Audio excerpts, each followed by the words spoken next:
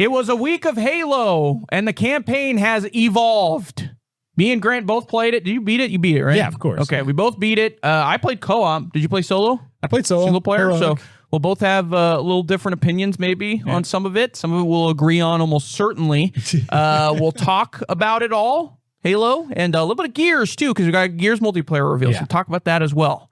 Welcome to Active Reload. Like and subscribe. Let's get into it.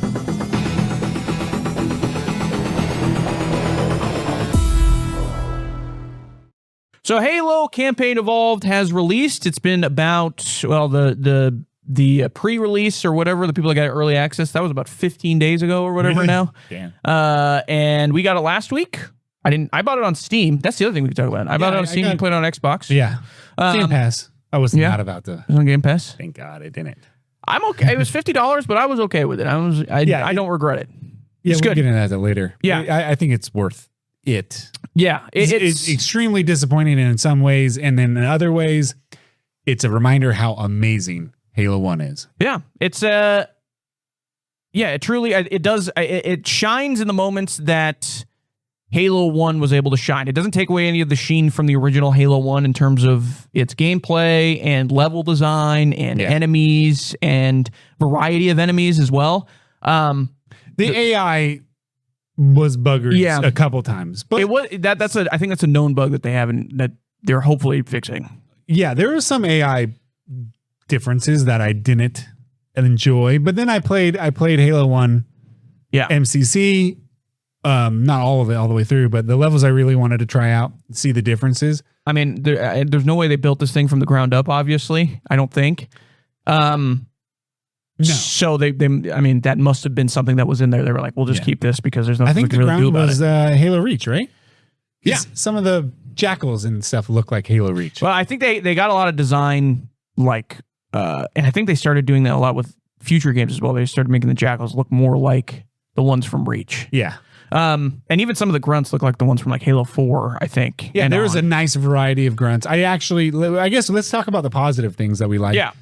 Start positive. I'm going to start out with immediate. I thought the Unreal Engine 5, even though I hate Unreal Engine 5, it does a good job they did a good job at transitioning Halo into Unreal 5 because it still feels like Halo. Like Master Chief's jumping the same. His movement feels the same. The feedback from the weapons and stuff like that are good enough. Yeah. They're fine. I will agree in the sense that I think the weapon variety and the weapons that they were able to carry over into Unreal Engine 5 was very good. I just wish there was more. I don't understand why they brought some. They didn't bring the laser rifle from the Covenant laser rifle. It's like the battle rifle from Halo 2, but it's the Covenant version. Oh, the carbine? The carbine, yeah. Okay, yeah. Why didn't they have that? I thought they had the carbine. Nope. No, they have the needle one. The needle one. Yeah, the needle which is carbine. Not as cool. I like the Needler carbine. I do like the Needler carbine. But that one wasn't in the campaign Evolved. It was in the pre-missions. Right. Yeah, and then there's also it is odd because they did include like the like Sentinel Beam and stuff like that, and the SMG from Halo 2 they brought over into this one. No dual wielding. That's also, not? It's odd that they brought those, but they're trying to keep it, I guess, heartfelt to the original games in some areas, and then they leave it there. They change enough of it so it's a little different. Someone described it online perfectly, where it was the original is its original. I think it's a masterpiece. Everybody agrees it's a masterpiece. Way, way, way ahead of its time. But the remake is like a jelly donut. It's delicious. It's better than the other donut, but there's little raisins and walnuts in there. I was going to say, but you get that. So every bite you take, you're like, wow, this is great. Until you bite into a raisin, you're like, why is that in there? Why is there a raisin in my jelly donut? That's kind of what it feels like. But the jelly donut is really good. But yeah, and it's good. I ate the whole thing. Yeah.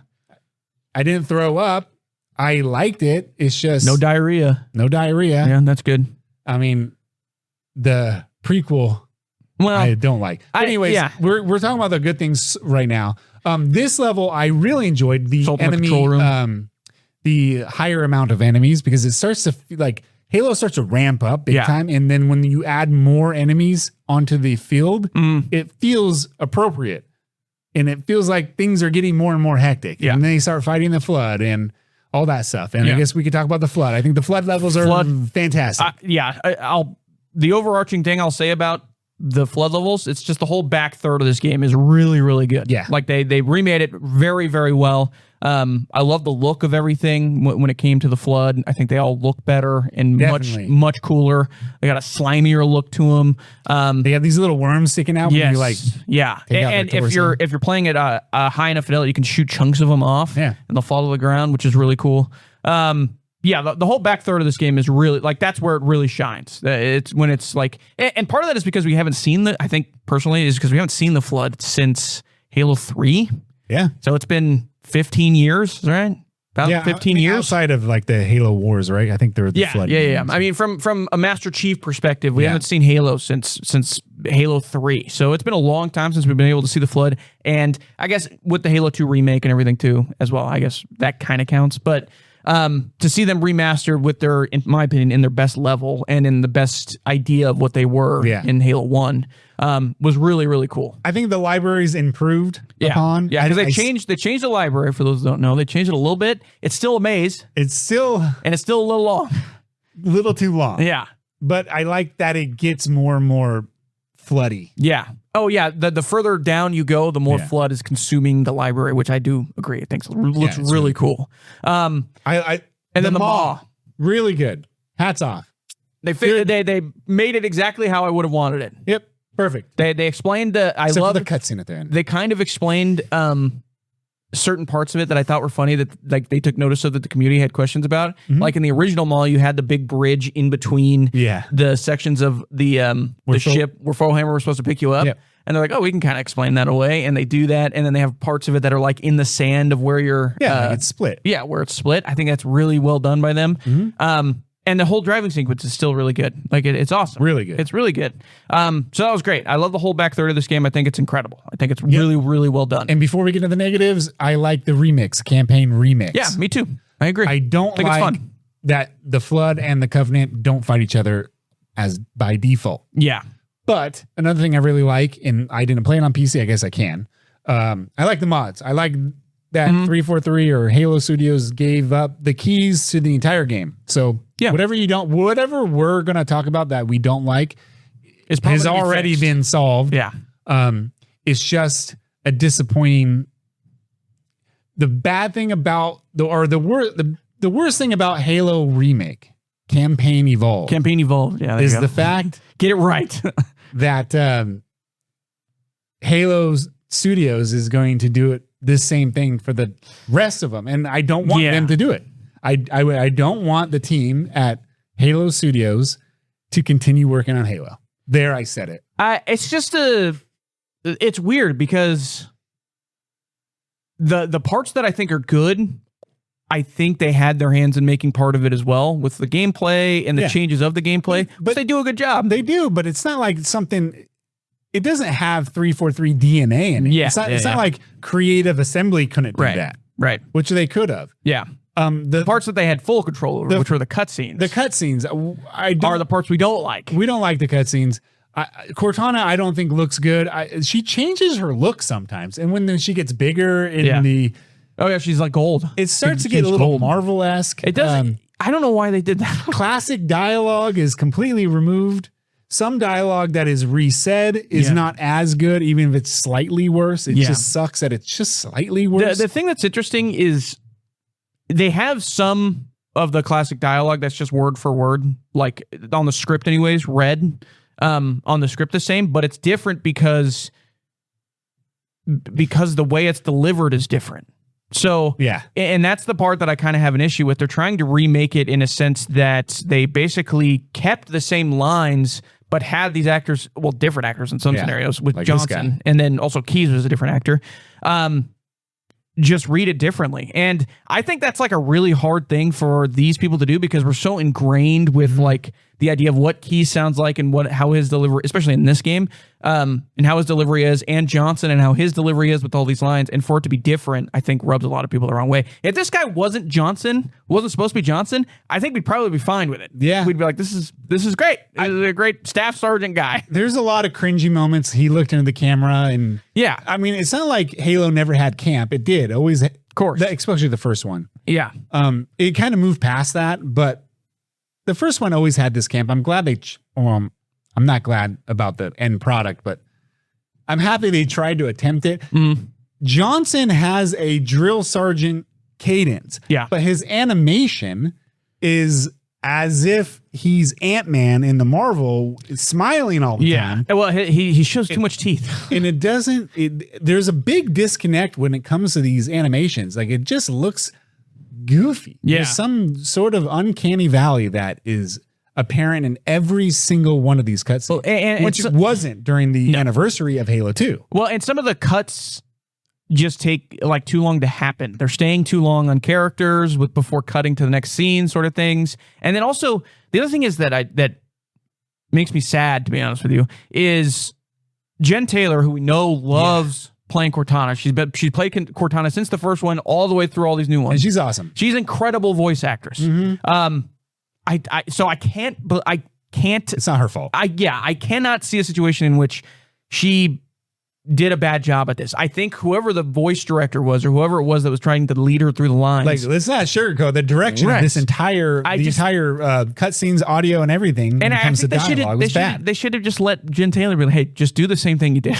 Like, go back and listen to it and just do it exactly the same. And she didn't do it, and I think that was part of the voice direction that she was given, because she keeps a lot of the same lines that she originally had, but the delivery for them all is different and kind of jarring, which is unfortunate. And why the Reagan look? Why does he look like Reagan? He does look like Reagan. Well, I didn't even... That's a good point. I didn't even catch that until you said that. It's clearly inspiration, but I mean, I guess I understand why. Yeah. Because you want American culture in there. But there's so many unnecessary things in there. Yeah. But he's not, the other thing is, you want American, but he's not American. I know. But it's in the middle of nowhere. But it has like an American machismo military vibe to it. It feels like an old sci-fi movie. Yeah. Like Starship Troopers. Even those guys aren't Americans, but it has like that type of feel to it. Yeah. So I don't know why. There was just so many decisions in a desk, like in a room, like a meeting room, where almost I can guarantee that people wanted to put their input in every little tiny corner of this game as much as they can get in there, like their little slimy hands to get in there. So yeah, it's disappointing. But I mean, we finished a game. I always say if I could play a game from start to finish without being distracted, then it's a good game. Yeah. I had a good time. But Halo 1's always been that too. Halo 1's very easy to you can piggyback on. I was gonna say, you can beat this game in 6 hours and kind of forget that you played for 6 hours. Like it's really easy to get through without any issue. I do think that some of the cutscenes improved in some areas. Yeah. Like the whole cutscene where they're leaving the Pillar of Autumn, this one right here, I think this one is really good. This is a really cool cutscene. When I first played it, I was like, oh yeah, here we go. Because I didn't like the introduction to the characters, but I was like, here we go. But this is way better than the original one. Because it's just, they were able to use more at their hands and use it wisely. The back of this ring right here is Delta Halo. I don't know if you noticed that. But if you play Halo 2, the remaster, it has these circular things in it, and they're not as like big. It looks like the scale it was done better in Halo 2 remaster anniversary. Anniversary call it anniversary. Blur cutscenes is the way we'll call them. But yeah, this was a great cutscene. Yeah, this whole cutscene, the Halo cinematic, was really good. Those are not secure. You're gonna die. Well, I mean, that's why that's the funny meme that they're doing with this is when Chief walks into the ship and this guy asks him, hey, we're not going to die, right? And he puts his hand on him. He's like, actually, you're going to die. You're probably going to die. You see these things? They're not really not secured very well. The other one that I liked a lot was and if you haven't played the game, play it before I show this one. Sorry. No spoilers. Sorry. You're late. I thought the Jenkins cutscene was really good. And 343 Guilty Spark. Yeah. I thought they nailed the vibe of it. I thought the new stuff that they added in here was really good. And with it still being the introduction of the Flood, I thought it was a good change of pace still. And the cutscene was done very well. So yeah, this is when I think the game really ramps up. Oh yeah, this is it's one of the greatest twists in the history of video games. Oh yeah, for sure. It's fantastic, and I think they do a good job keeping it kind of true to what it was. Their lighting in the cutscenes do not match the gameplay. Yeah. Which makes me appreciate the old ways of doing it, or the old Bungie way of doing it, where you make the cutscene in engine. In engine, yeah. With the same lighting as wherever you're at. So this is way darker than it is in this actual mission. Yes. Way darker. But they have to do it that way, I think, because it's like you're trying to, like you're in a big, dark, scary room. Yeah, it's cool. And you're about to be attacked by something you don't know. I like the gore. I like how they went nuts with the gore. It was great. Yeah. I like one of my favorite missions in Halo 1 was Truth and Reconciliation, where it's a night map and you can almost stealth. You can stealth a good portion of it. They made it too bright. Did you notice that? Yeah. I never used my flashlight once in Truth and Reconciliation. That was something that was an issue on the anniversary one too. Me too. I remember that being a problem. And I was like, oh, it's still here. Yeah, it's really bright in that mission. Yeah, overall the cutscenes, like, again, it's like the jelly donut thing was a good analogy, because it is like, oh, there's some really good stuff in here. Like they really changed for the better some certain spots. To spit out a couple bad raisins. And then you got Keyes not saying his marquee line when he hands you the Magnum. Yeah. Or they're teasing something that you're going to use in the second game for some reason, even though we've played the second game a gazillion times. Yeah, there's just like some stuff that they decided to change, and I was like, why? It's funny, why would you do that? Because it does cater to the PS5 audience a little bit. Yeah, true. But they're assuming that everybody who owns a PS5 have never played Halo. Right. Yeah, I know plenty of people that got this on PlayStation. Like, oh, finally back to Halo. Because they played Halo 1 on the original Xbox. Like 20 years ago. So, what was there's a statistic that you told me that only 1% of all the purchases of Halo Campaign Evolved were on PS5? Yeah, according to like the PlayStation store statistics, something like that. Which are always iffy. Yeah, you kind of got to take them with a grain of salt. It was like 20th on their list of most purchased games over the past week or something, or most played games over the past week. Really? And it was like 1% of the player base for Halo Campaign Evolved was on PlayStation 5. So that seems like a big failure, right? You're not trying to give it to your competitors for 1%. Well, and you brought up something as well, that a lot of the Xbox players are probably just playing on Game Pass. And PlayStation doesn't have that option. They have to buy it, obviously. Yeah. And so I guess they weren't interested. And if they're not interested in buying it, then I mean, what are you gonna do? So most of them were playing Power. Most of them are playing on Xbox, obviously. There's statistics for Steam as well, but it was like right in the middle of the pack. It was like 1% of all, which this is a weird stat that I remember reading, but it was like 1% of all PlayStation users were playing Campaign Evolved over the weekend. Okay. Which, it's hard to, again, you got to take it with a grain of salt. Who knows how many sold? Here's the thing. Halo doesn't hold the water like it used to. No. You're not going to do it. It's not going to happen. Remember, Gears of War did the same thing when it came to PS5. No one cared. It's definitely become Remember, we said this on this podcast. We were like, the big story was that it came to PS5. Yeah. But me and James, we didn't care. No one cares that it's coming to PS5. We wanted Halo, or we wanted Gears 2 remake. Yeah, that would have been better. Yeah. If they made Gears 2 remaster or remake and put that to PS5, it would skip. The hype would have been higher, but PS5. Everybody has played this game so many times. Well, that's the thing is you're porting or you're remaking a game that was like 15 years for Gears 2 anyways, 15 years old.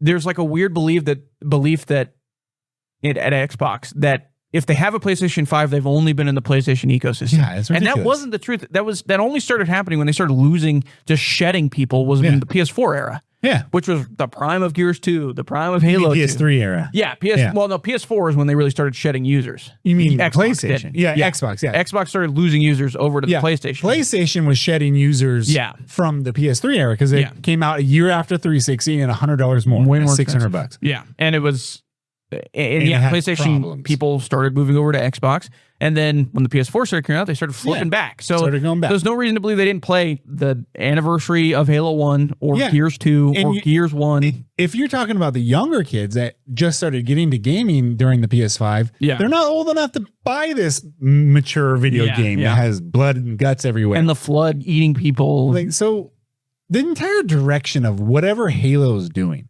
and this is what we both agree on, whatever's going on with Halo Studios, it didn't work when you changed their name. It didn't work. I was so excited.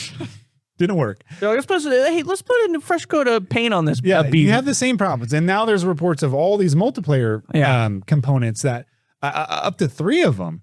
Some were being worked on by Creative Assembly and some were worked on with other studios, and they were all canceled because they probably were terrible. They've lost an ungodly amount of like people, like art directors and stuff like that over the last 5 years, and like there's no rumors of a Halo game even being developed after this one. So it's like, whatever goodwill you're making for this game, what's it going to turn into? You think they're just going to go play Halo 3 in Master Chief Collection? PlayStation users can't do that. No, but that would have been a better thing to do. They should have. That's the thing that they should have moved over. The remake should have been an exclusive, and then MCC should have been brought maybe in the fall or something, like after GTA or something, or maybe. Or I mean, honestly, a December game. Even, dude, and this is, I'm going to sound like, I'm sorry. I'm going to say this, okay? What? I'm sorry. You put this out there on PlayStation, and then you just resell Halo 2 by itself anniversary on PlayStation. Yeah. You get people all over that.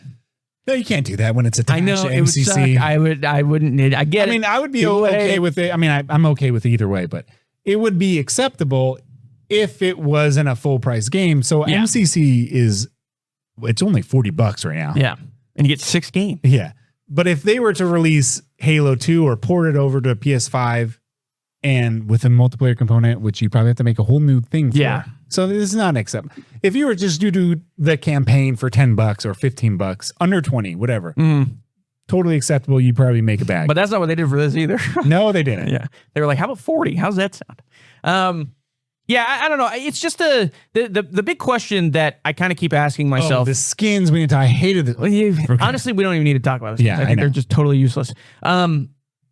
The thing that I keep asking myself is, if somebody was approaching me saying, hey, I want to get into Halo, and Halo Campaign Evolved just came out, is this the game that I would recommend to them to start out?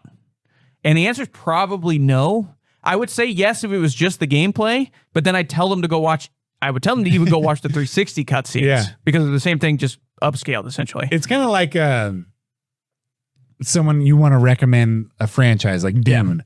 You're like, should I watch the sci-fi 2000s or 1999 2000 series? And should I watch the original? Should I read the book? And you're like, how about you do a mix of all of them? Yeah, read like the first half of the book and then go watch like the recent movie, and then come back maybe.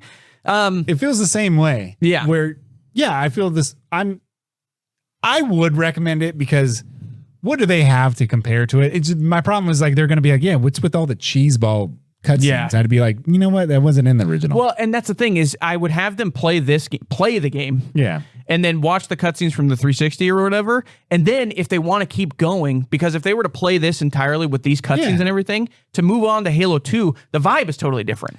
Oh, definitely. So I played Halo 2 right afterwards and I beat it. And so you'd want them to watch the cutscenes from Halo 1 and then get to Halo 2 because it feels more intact to what they were doing at the time. They also link Halo 2 by having Guilty Spark 343 go to the gas giant that the Heretic is at. Yeah. That's where the Heretic gets the York. Hanging in the, like a weather station or whatever it is. Which is my favorite level of Halo 2. It's great. They also have a new legendary cutscene. I actually like this. I thought this was fun. This was good because spoilers, this is where the cheeseballing crap works, because the original had the same thing where you beat on legendary, he hugs an elite and the world ends. And I like that he's at the start of this, he's watching it. Yeah, that's amazing. He's watching it on a tablet. He goes, those are the days or whatever. And then he puts it down and he's just chilling. He's hanging out. This is the only time I'd accept the cringe. Yeah. I mean, this feels like classic Halo, in the sense that, hey, we're going to put something at the end here for beating it on legendary, and this will be a little fun for you. So yeah, they put this in there. I thought this was fun. Did you play on Legendary? No, I haven't beat it on Legendary yet. I played on Heroic. Yeah. I thought Heroic wasn't as hard. Yeah, hard enough. It was fine. Well, and the thing is, it's funny too, because there were like some parts that were like a pain, and then other parts that were really like you were just blowing through guys. So there's some parts where you could run through and skip a lot, and there's some parts where you needed to run through and sprint through.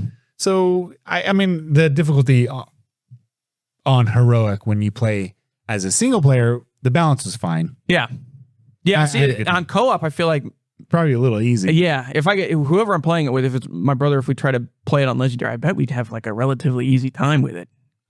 One thing is, but I don't know. I like that the grunts have variety. Some carry the rockets, the green rockets, whatever they're called, the fuel rod cannon. Some have they have a variety of everything. Some are smarter than others. There's different ranks, but the hunters are all the same.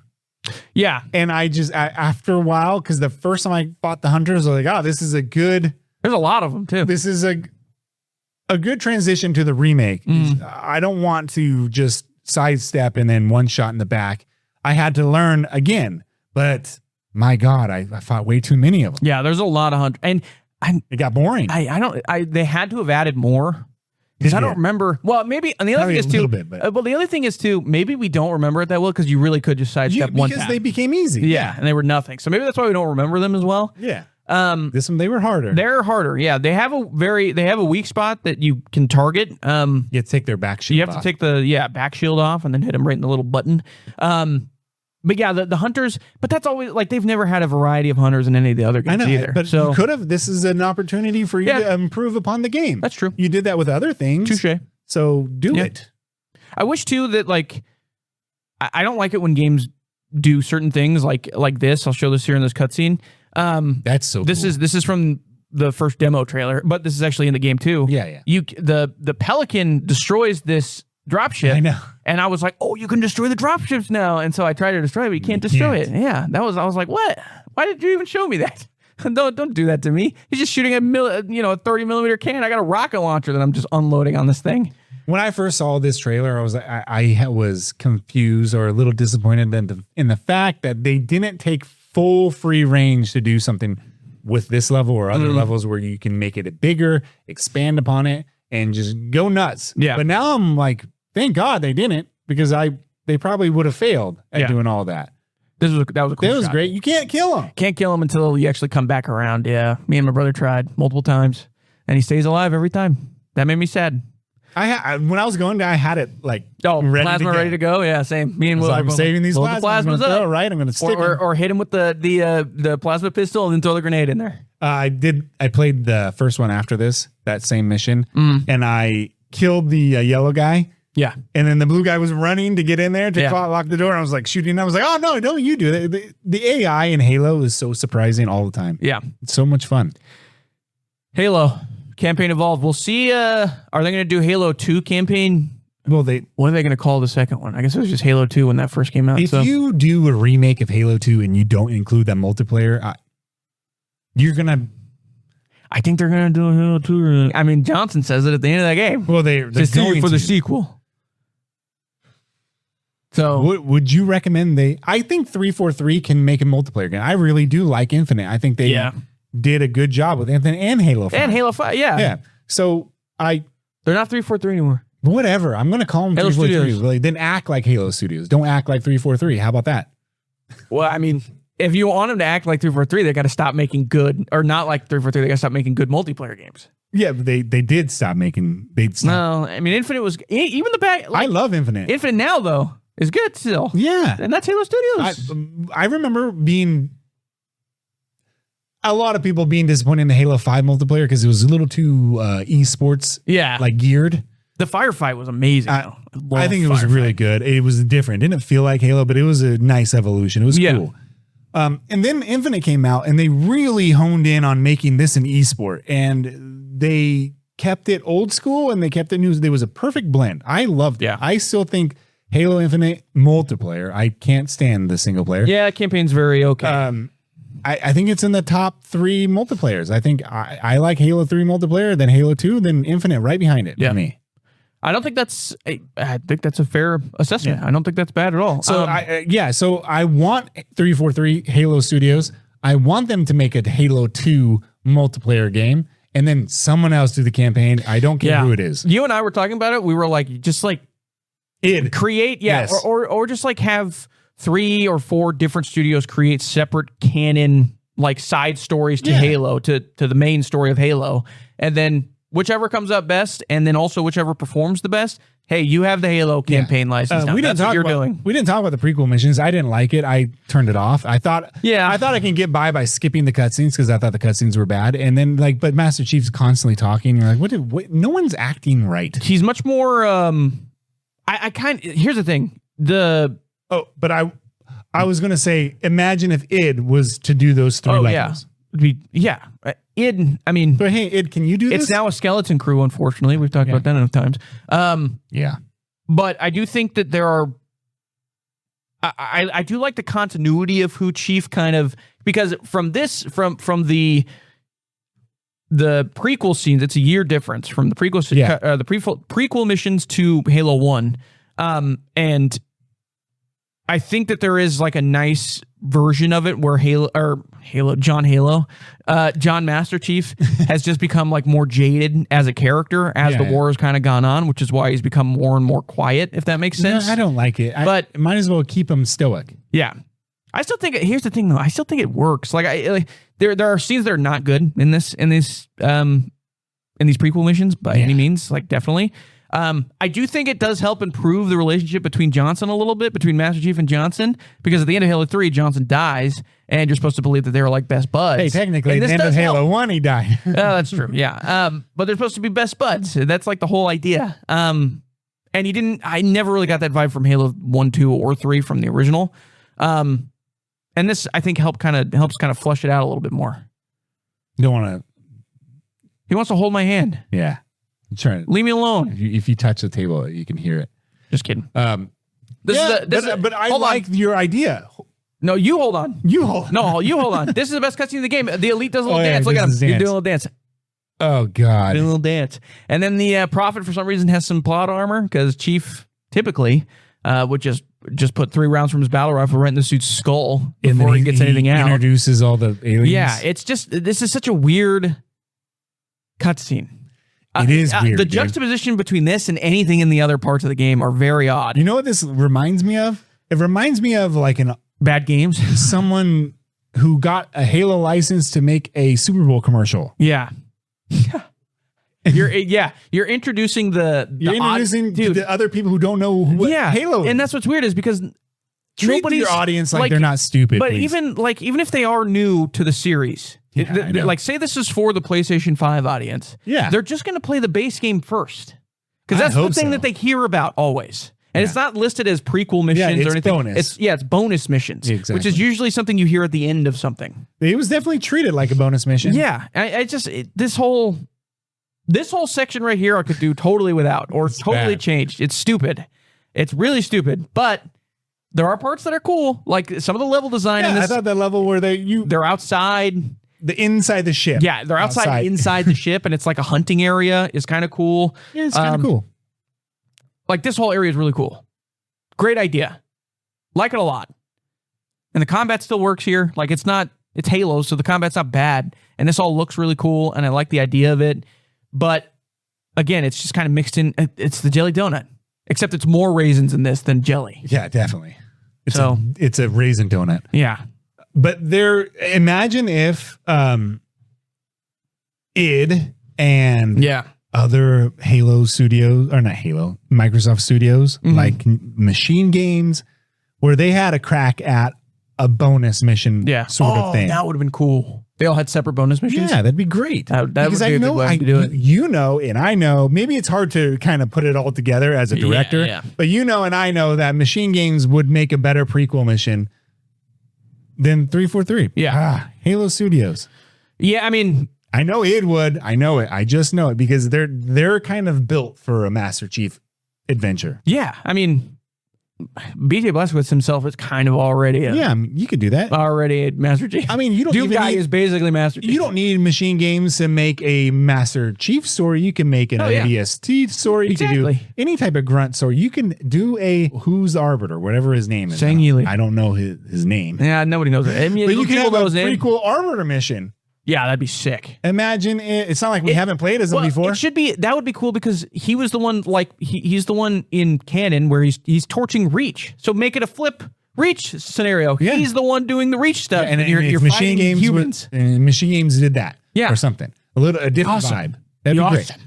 But no, honestly, we just need more Covenant missions. You know what? Give us the Covenant missions. Microsoft. You need consultants that are actual gamers. Consultants. You need consultants that are actual gamers and not AI specialists. That's and they had that gamer consultants. They were called id Software, and they're like, "Hey, you guys are all leaving. Hey, you guys are all gonna get let go." But we're gonna replace the technical team, and we're gonna replace you with the Candy Crush developers because they make us so much money. It was the coders and the technical team. Yeah, but that's part of the. I know that's part of the best part of that best part of it, but. I think it's Microsoft saying we're going to cut our losses here, and we don't need id Tech anymore. We're just going to use Unreal, which is worse. Which is probably subsidized. It is going to save them money in the long run, probably. Right, government subsidizing. But at this point, it seems like it. It is used in everything, and I will say this: as far as performance goes, this is probably the best performing Unreal Engine AAA release that we've had for me. Anyways, on the PC, it ran pretty well. For a PC release for what I had. No, 120 frames. You're wrong. For me, it was great. Oh, you're saying there's another game that performs better in Unreal Engine 5? The Matrix demo. Nope. Well, yes, but no. The game of the year last year. Oh, Claire Obscure? Yeah. That's Unreal Engine? Yes, it is. Dude, that is Unreal. So there are Unreal games that perform better. I had severe frame rate issues, and I was on console. On this game? On Halo? Yeah. When it came to the Maw. Yeah. It like slowed down where I had to restart it. I turned off. I cleared my cache even. Yeah. And it ran better. But it crawled like 10 frames. Oh, really? Oh, yeah. Dang. Right during the area where it starts to ramp up in the fire. Yeah. And there's a couple in Guilty Spark, couple areas. Okay. When it is a lot of the flood starts to really keys. I would imagine because there's stuff everywhere on the mission. Yeah, I mean, again, it's just the jelly donut analogy is a great analogy. It's a lot of stuff mixed with a lot of good stuff mixed with or a lot of good stuff mixed with some bad stuff, and the bad stuff is very obvious. There's a Russian saying, I can't remember what it is. Do svidaniya. It's like when there's oil in your cake, like if you have a drop of oil in your cake batter, the cake's not edible anymore. It's a delicious cake, but that sounds like you just made an American saying. So that works. There's like a drop of petrol in it or something like that, and it's ruined. Drop of petrol. Like it's ruined. Isn't it weird? Everywhere in Europe they call it petrol, and we just call it gas. I know. Like everywhere in Europe they call it petrol. Nobody calls it gas. It's all petrol. Yeah, they also put U's in color and all that stuff. Yeah, theater. R-E. What are we doing? What? Theater. It's THEA. Oh yeah. TRE. Yeah. Every time I see that on my marquee, tray, I always want to you just switch it. Just switch it. Yeah, get it right. Marquee. Here's another example. This is a really cool cutscene in the end of the prequel missions. This is really cool. This UNSC ship just blew up the ship you're flying away from, and it looks awesome. I like how looks so cool. Looks like something out of Star Wars. I love how in the Halo universe, in the video game universe, I don't care about the books. Come on, Fall of Reach is good. I know Fall of Reach I did read a long time ago. But the elites and brutes, the Swing Healy, they have shields, but their actual ships don't have any shields. No. They do have shields in Fall of Reach. Okay. But they have to get through them. Like the only way that they can launch their nukes at them is if they have to take down the shields with the MAC guns and then they launch. It's like a 2-second delay that you have to get through them. Okay. So shut up. How about that? All right, I will. All right, enough Halo. No more Halo. We're done with it. Until Halo 2. You know what sucks? They're gonna make 6 years from now. They're gonna make the Halo 2. They make the Halo 2 thing. Make Halo 2 remake again, and we're gonna be suckers. We're gonna buy it. Oh, definitely. We're gonna be all over it. I love that game. I'm gonna expense it. It's worth. Like I said, it's that jelly donut with a raisin in it. It's worth it. If you can just ignore the raisins and spit them out, then you're fine. You're gonna love it. Just suck down the raisins. That's what your mother says.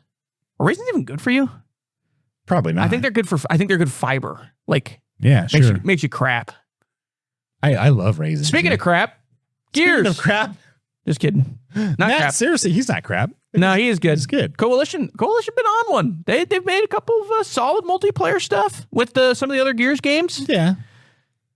Story, This story, but it's Z-Day, not like E-Day. Yeah.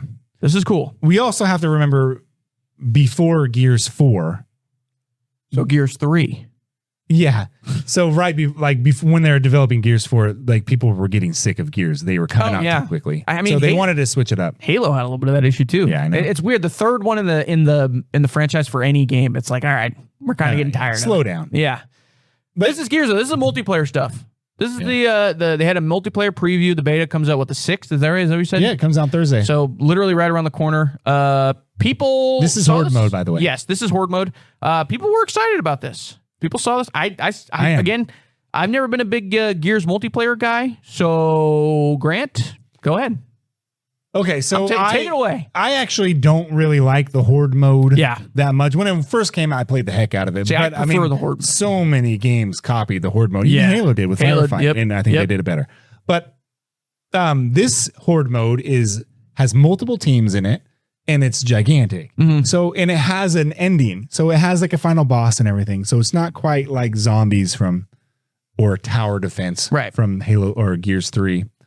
And so I'm a little interested in it, but I'm a big Gears competitive multiplayer guy. And I like that they're going 4v4 and they're kind of keeping it very competitive. Okay. With a couple of new modes and they a lot more balance but not. I was gonna have they toned down the Nasher shotgun. So they're not replacing the Nasher shotgun, but it's still the whole concept of Gears of War multiplayer is a paintball game.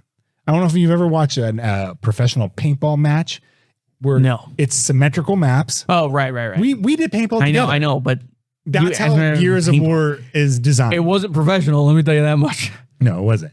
I did shoot you once. You did. Somebody shot me in the face. Yeah, I shot you in the face. But that's how it's designed. It's to go from one end and you kind of meet in the middle and then you finish. Usually there's a King of the Hill is kind of a staple for Gears multiplayer, and that's usually in the middle. And there's weapons power weapons that you can pick up and fight over. I just love it, and it does a good job. And I'm glad they're going back to that 4v4 quick symmetrical map style paintball match. I will say, I don't know if they're just. Okay. And I love how they do team deathmatch. They have a pool of lives, which I like. Oh, that's good. Yeah. Oh, that is a good idea. I like that a lot. Yeah, they did that in 3. They started in 3, I think. I will say this all looks really cool. And this guy that's about to pop up, I think he said he's like the multiplayer lead or something, or the versus lead. He was an old pro. Oh, is he really? Yeah. I'm not 100%, I'm 95%. That's good. He looks very familiar. Well, you know why he looks very familiar? Why? He looks just like Ty. Oh, maybe. He looks exactly like Ty. I didn't even think about that. Yeah, maybe recognize him from the games. I think because I think he used to play either on YouTube or something, or maybe he was a pro. I can't remember, but he looks super familiar.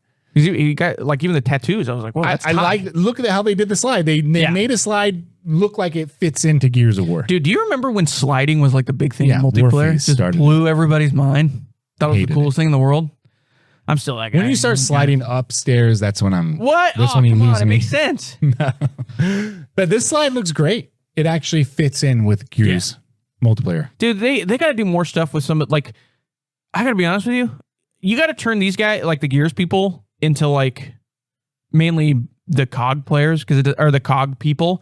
You got to turn them into almost superheroes because they're built like F-150s. Yeah, they don't have like if they were fighting. I want to see them fight normal people or whatever, and just be able to like kick them through windows. Yeah, so because they're just built like a thing you've never seen in your life. They never shoulder a gun. There's no stocks. They don't need on their rifles. Yeah, they just hold. They forearm it. It's a rifle with a chainsaw on the end of it, and they're like, I don't need a stock. I love it. I love them. I'm glad that they're going back to Dom, and we've talked about it. Dom and Carlos and Marcus. Carlos and Marcus. So I've been looking for this testosterone filled, old school, sweaty dude in a sweaty environment. Just give it to me. I know Space Marine did it really well, and I know that Gears can do it better than Space Marine. Please don't hand over the torch to 40K. We're gonna play this, and then immediately after we're watching Top Gun. Yeah, it'll be nothing but there's other sweaty dudes other than Top Gun and testosterone filled watching of movies. I mean, I don't need like a sausage fest. I'm sitting in there, like boxers, no shirt on, maybe socks because it gets a little weird. Yeah, and we're playing System Link. Aliens has a female protagonist, but it has just as much testosterone as Terminator 2. Well, I mean, yeah, like you can still do it. Yeah, she's wearing boxers in that movie. What? For most of the time, yeah. She's wearing underwear. Well, yeah, that's what I meant. She's wearing underwear at like the very start of the movie. Dude, I used to have, like a decent amount. I have a Sigourney Weaver poster on my wall. I thought you were going to say I had the same underwear. Not because she was like a huge sex symbol, but I love. She was a sex symbol though. She was an alien. Yeah, for sure. Beautiful woman. But I love that. I love the 80s look, man. I not the complete 80s look, but I like the retro 80s look. I love the curls. Like everybody had extreme curls, and Sigourney Weaver. Big hair. She was like the prime example of that. Yeah, it's perfect. Especially from Alien. She looked like she could beat someone up too. Hell yeah. She could beat me up right now. She could beat me up. I don't care. Yeah. She got in that role. Anyways. Testosterone. I love Gears of War. I'm happy. When I first heard the story about Halo campaign evolved, even just the title campaign evolved, I was like, ugh. And I still felt, I still feel, even for Halo 2. But this Gears of War, I'm like, all right, here we go. And it's kind of an unfair comparison because they did just release their own campaign evolved style with Anniversary Edition It's a remaster. Though. Yeah. It's very much But even same. that I was like, we're doing this again? Like, why do we need to do this again? But it's different because it does feel like a reboot of the whole franchise. Yeah, good. So it's a prequel, so you can end it however you want. You don't need to be like dun dun dun, and they could, but you don't need a cliffhanger for God's sake. Well, they're probably just gonna don't need a cliffhanger. They're probably just gonna end it in like a when he goes to prison. Marcus is going to jail. Yeah. And his dad's really rich. And then it ends on the credits of Dom knocking on it. Yeah. And throwing his bag. Gear up. Or he's like in prison, he's eating really bad food, and that's the end cutscene. Yeah. Just dysentery. No, oh my God, I just got it. He's going down the lunch line, and somebody puts slop on his thing, and Marcus goes, "Oh, come on." And then it ends. He goes, "Damn it, Anya." That's how it ends right there. All right. That's how our episode is going to end right there.